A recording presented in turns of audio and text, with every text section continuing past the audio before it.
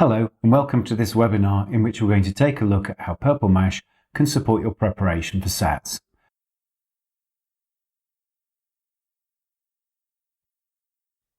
So let's get going by taking a look at how we can use ToQuiz.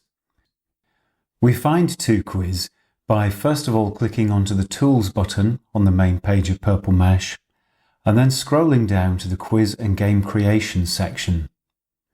From here, we can click to launch ToQuiz. Before I show you how to create a quiz, let's take a look at one that I've already made.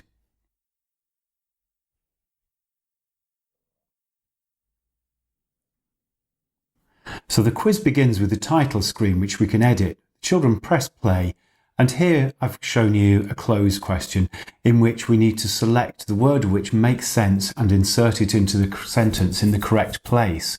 So it's rather like on the GPS test where children have to select the correct word to fit in to a sentence somewhere. They're making decisions about grammar. We can also create multiple choice questions, as you can see here. We've also got spelling questions where we can record a voice prompt for the children to listen to, and then they can spell it, as you can see I'm doing here. It is possible to show children the word for 5 seconds before they spell it on this kind of question if you're being more developmental rather than testing when you're doing this. It's also possible to have matching questions, which could be numeric or they could be word-based matches as well. And we can also have sorting questions where I've just quickly scribbled some fractions onto these blocks and we need to put them into the correct order. As you can see, I got some wrong and they're highlighted in red, so the test marks itself for the children as they go along. Okay, so now let's start a new file and we'll take a look at how to create a quiz. I don't need the welcome, so let's dive straight into this lower right button and choose a question type. There are many types of question to add, some of which you've already seen, so let's take a look at the labelling question. On here, I need some kind of image, so I'm just going to quickly draw a prism. I could choose some clip art, or I could upload a file from my local PC if I want to. I'm going to try and draw a prism on here, so I'll select the straight line tool and we'll draw a simple triangular prism, which I'm thinking we can label the vertices, edges and faces on, and check the children understand that vocabulary with this question. So I'll type those words into the label arrows here.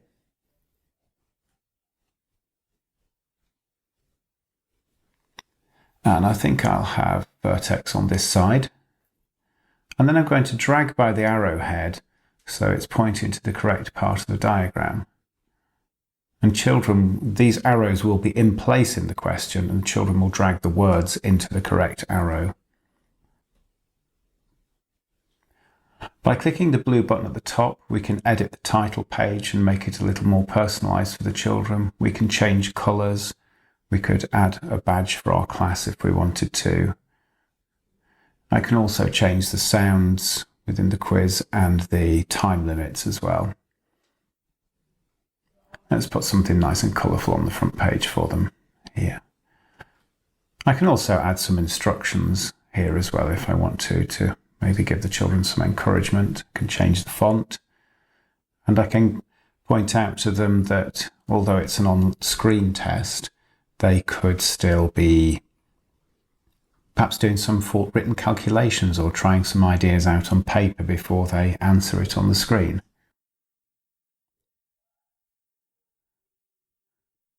So let's click the preview button to play it. And that's how this question works. So you've seen how several different questions work now. They're all straightforward to use.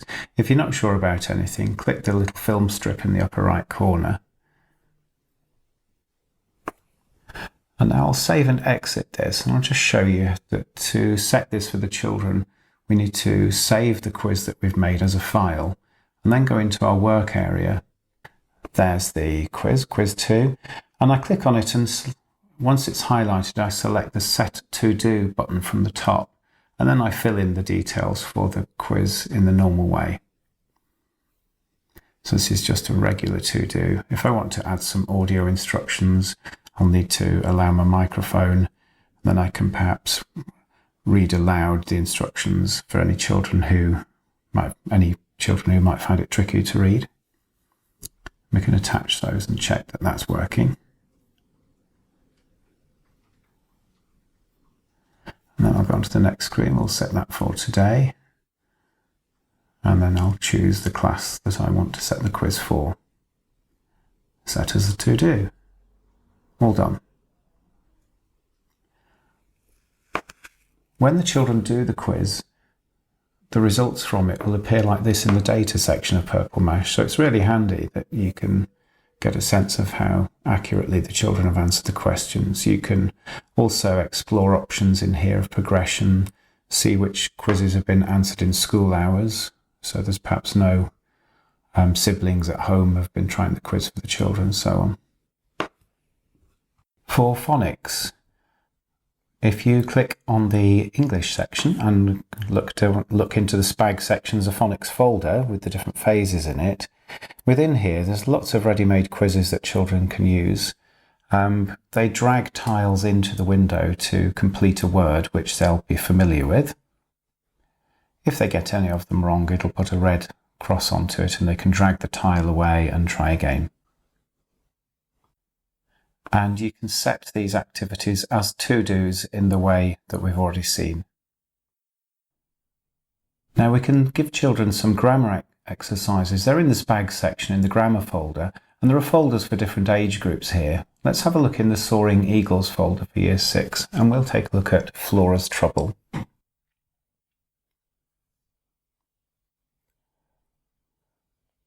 So in this is very similar to the close activity that we've seen in 2Quiz earlier. It's completion by adding words and punctuation marks into the correct places. And once we've done one of these questions, it will move on to the next level and give us some more challenges using the semicolons again. In the other grammar folders, there are lots more quizzes covering different aspects of the grammar and GPS curriculum. We can help children to prepare for the Year 4 multiplication check from in the maths area. There's a tool called multiplication, and this gives children a very similar experience to the Year 4 multiplication check itself. If we launch the app, you'll see we can have assessment or custom mode. In assessment mode, it's very similar indeed to the Year 4 check, and children can either click on the buttons with the mouse, they can enter numbers using the keyboard, or if they're using a tablet device, they can tap the keys on screen.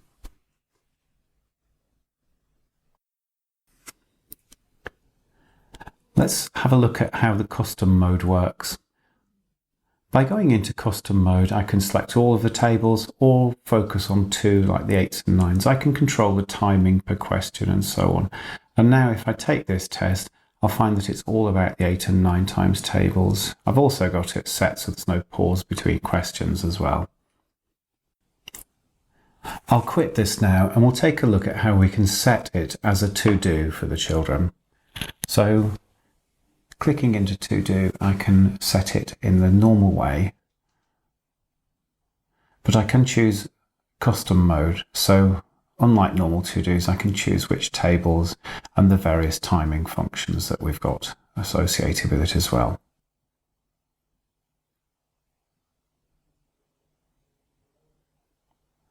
I'll set it for the class, and that's done.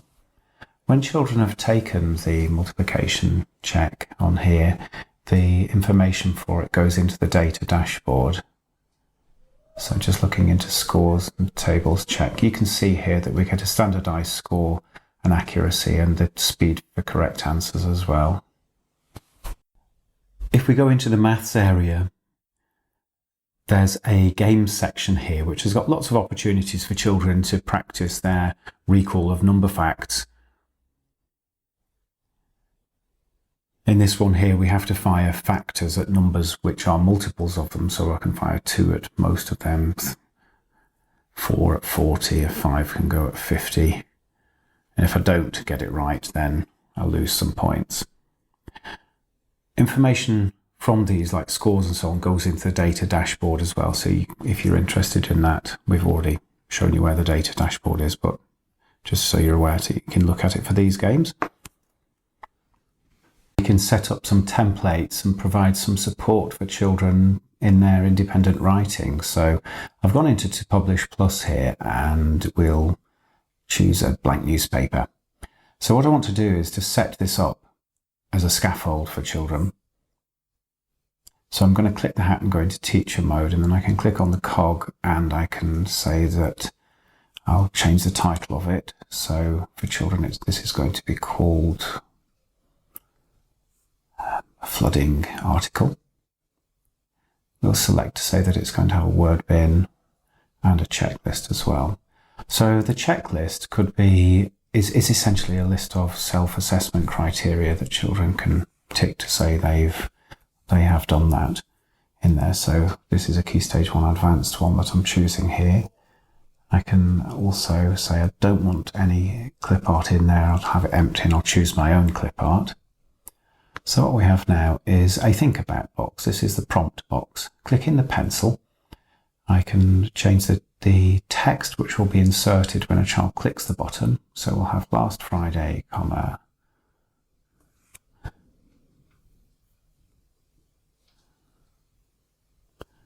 across the country, comma, that's better. So that will be inserted into the writing if a child clicks that. The tooltip, what will appear when a child hovers over the button. So what happened last Friday? Let's get them thinking about that. And on the button, what do we want it to say there? So we just put weather. Weird weather. I'll say OK. So if I click into a text box and click on the button, you'll see it's inserted what I wanted there. And we can set up multiple buttons like that for vocabulary or for sentence starters. It could just be a single word. Over to the checklist.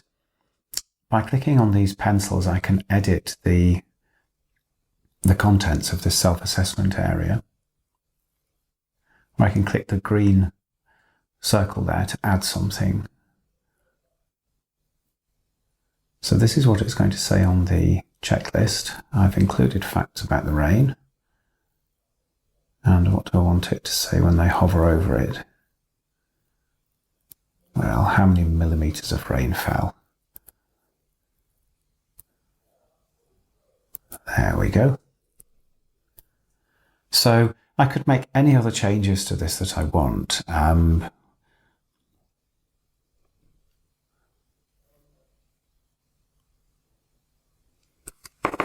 Let's take a look at the clip art. So if I want to add custom pictures of the children, or to choose a pre-selected group of pictures, I can do so. So we'll have a storm cloud. I'll click plus again and we'll see if we can get some rain. Let's have a nice rain cloud there. If there is such a thing as a nice rain cloud, of course there is. And then let's just save that. So what we've done there is I've just given you a taster of how you can edit it. I don't want to go on for too long and make a complete version, but you've seen how we can edit the different areas of this template. I've saved it into my own folder as River Writing. It's in my folder so children can't change the template. And now what I'll do is with this River Writing document, I'll set it as a to-do for the class. And then all of the changes that I've made in terms of scaffolding or anything that I've written in there, or I've maybe given them sentence starters within the main text itself, will be there for the children to use. And I'll just get this set and show you how it appears for the children. And then if you're not familiar with to-dos, I'll show you how they can hand it in as well. So we'll impersonate a child in my class, or in my pretend class, and he's got the alert there to do the river writing, so clicking go to will take him directly into that writing, which is always handy. And there you can see we've got the customizations, we've got I've included facts about the rain, we've got the clip art that we've set up, so I could drag some clip art in there.